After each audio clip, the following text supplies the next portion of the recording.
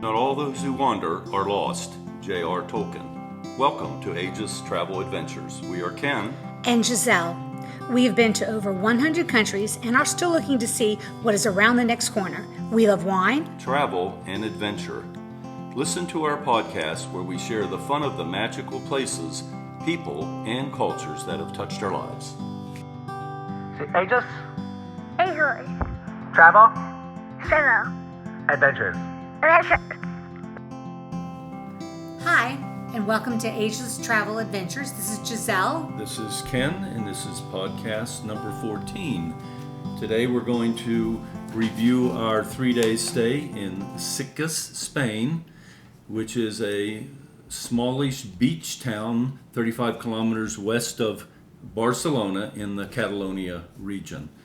It's renowned for its film festival, its carnival, and its gay-friendly culture.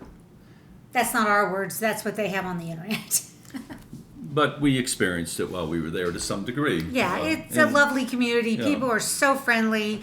It's a great town to walk around, have a cocktail, and people watch. Yeah, there was families. There was lovers hand in hand, and there were a certain little bar area at happy hour that was just full of gay people, and there was in the evening the club was a what do you call the show? Drag show, and it was a dinner drag show, and so it is what it is. So anyway, we went there because we'd been to Barcelona multiple times, and including on this trip, our ship docked there, and we had a little over a day there. So we went exploring while we were in Barcelona just to see what was new and some of our favorite spots. But so we chose to go to Sitges, and we could have taken a couple different avenues to get there, but there was the taxi was the easiest. We could have went the taxi was easiest from the port to the subway to the train station and took a train over.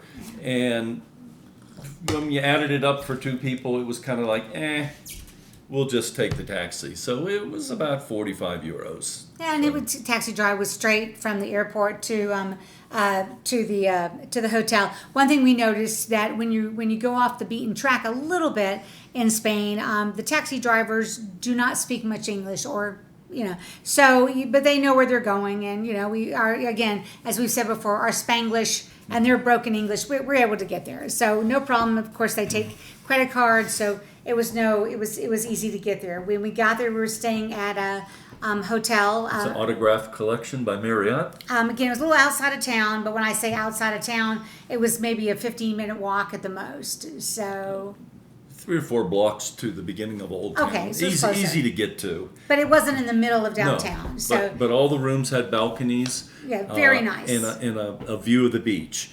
And they were suites, the rooms. It was a brand new hotel.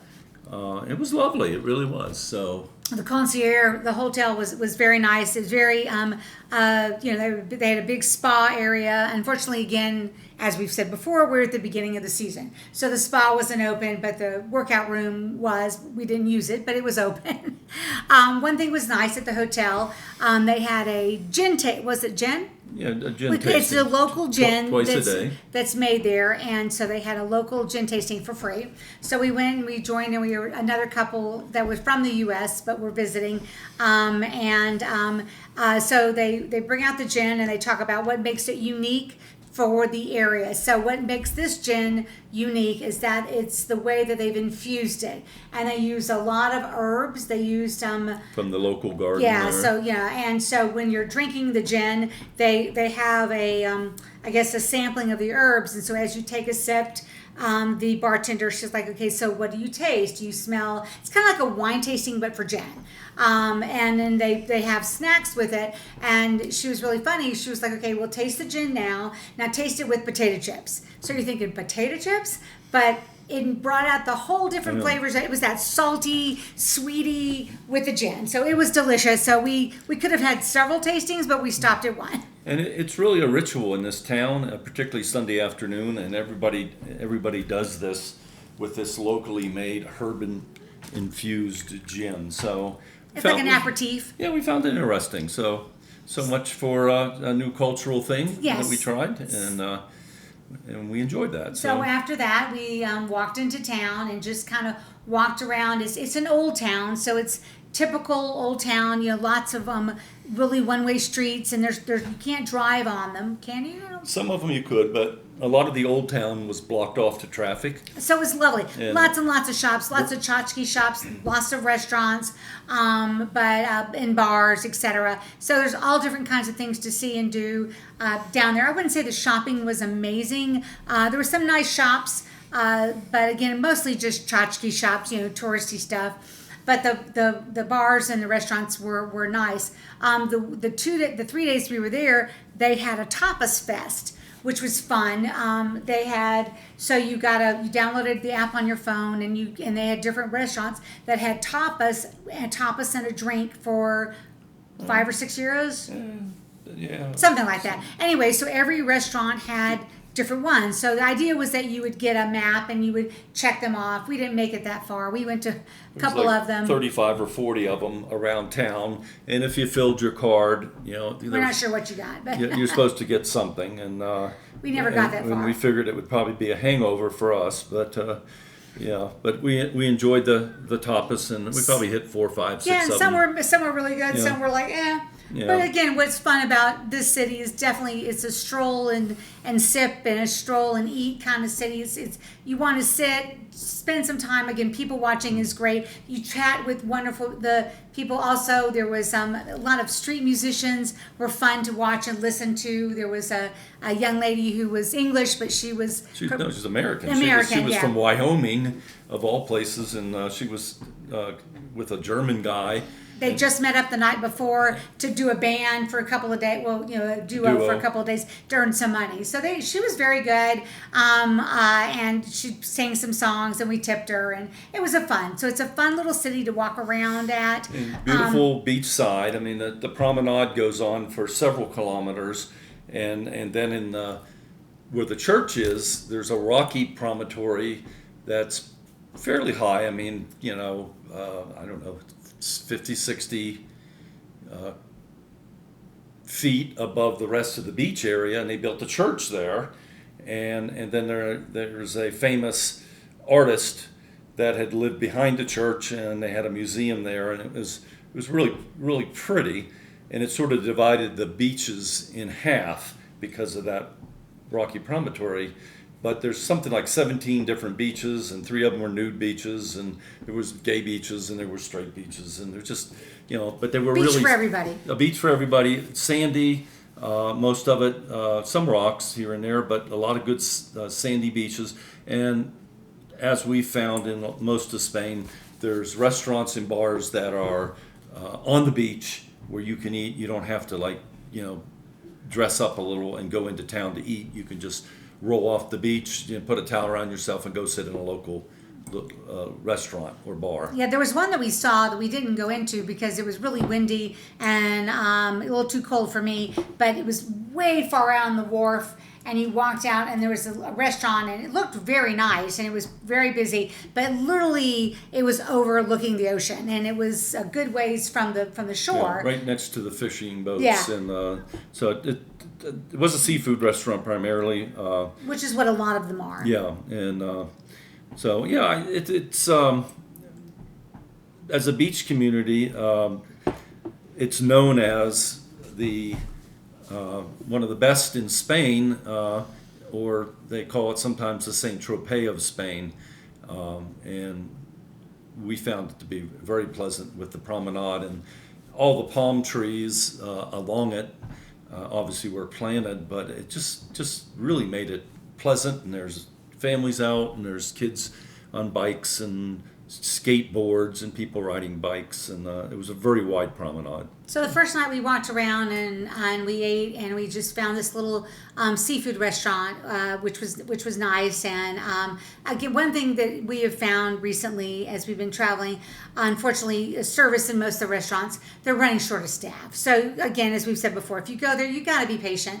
Order a glass of wine, sit and enjoy the area, and if you're in a rush, be careful where you go, because that restaurant. The poor lady was so overworked, but it took us, I think, about 2 hours to get all our stuff, and we were fine because we were enjoying glasses of wine. Food was good. Yeah, and for me, as long as I bring my glass of wine, life is good. So we enjoyed that. Then the next day we got out and just again walked around the city and putzed around. We found, I think we found a good breakfast place. I don't even remember now, but I think we found some nice little places to have some breakfast. Again, nothing fancy.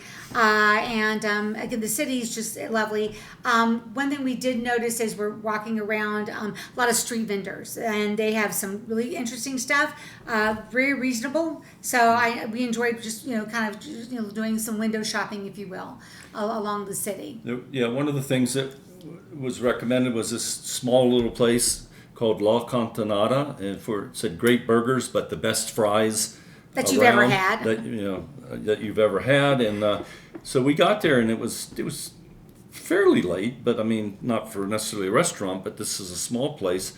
And they were only about 10 minutes from closing, and we said, well, let's get a burger and fries. And they go, so you can have a burger, but we don't have any buns. We ran out. Yeah, so we said, just give us the fries. Give us the fries. And we went down to the beach and ate them, and they were They were very really good. And they did sell beer with it. So we got 2 beers and a thing of French fries. And so we sat on the beach and just enjoyed the sunset.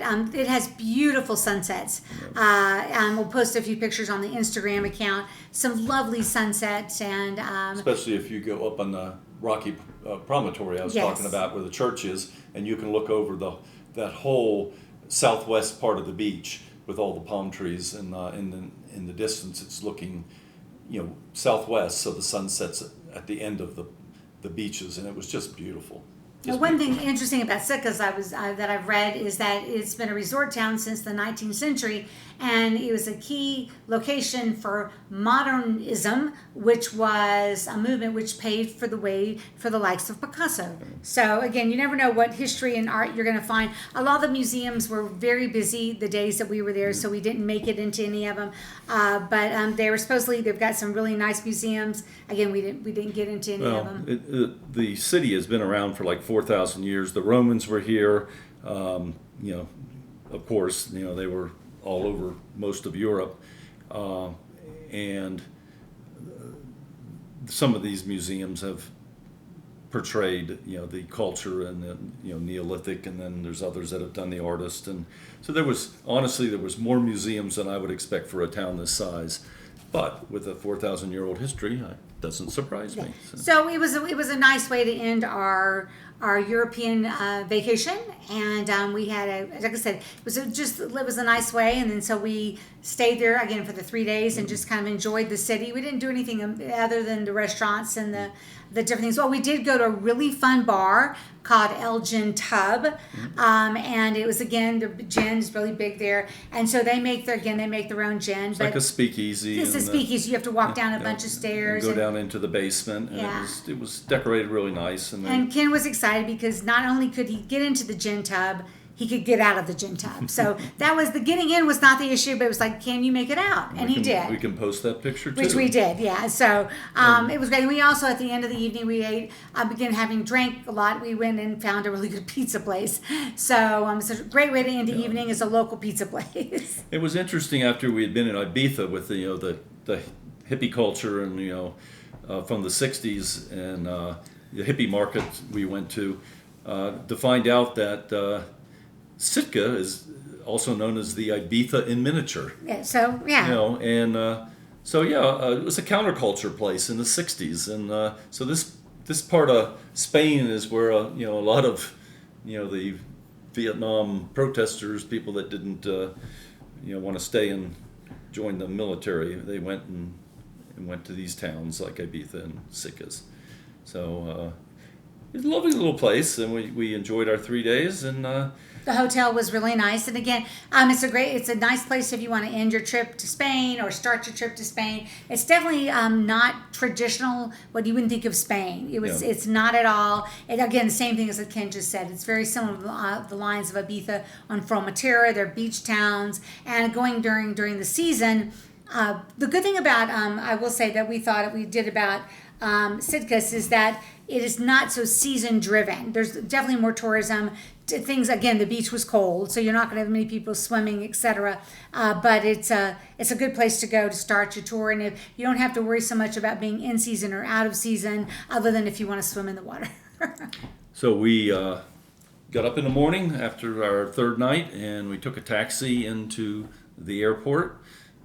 Gentleman came. He was dressed with a nice tie, and he was waiting for us in a very nice black car, and didn't speak any English, but we showed him, aeroporto and what airline we were on, and away we went. So got to the airport and found our famous lounge and did a little food and drink before we got on the plane, and then many hours later we arrived back. So Back to Orlando, safe and sound. So again, thanks for listening. And our next, we're going to do a few podcasts coming about our trip to Africa, which was really one of our bucket list trips, if you will.